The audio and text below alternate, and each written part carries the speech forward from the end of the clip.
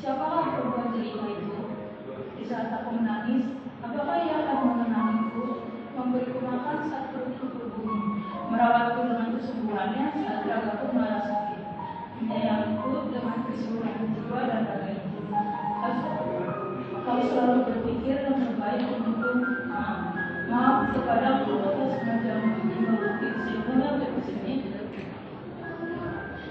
Andai aku telah kembali, aku ingin kembali kepadamu.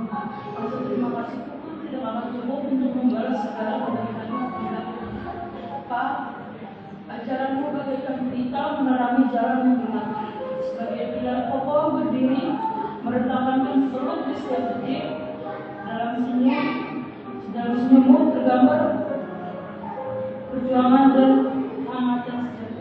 Terima kasih, Pak, Ma, atas kasih dan pelajaran. Kau seperti sungai yang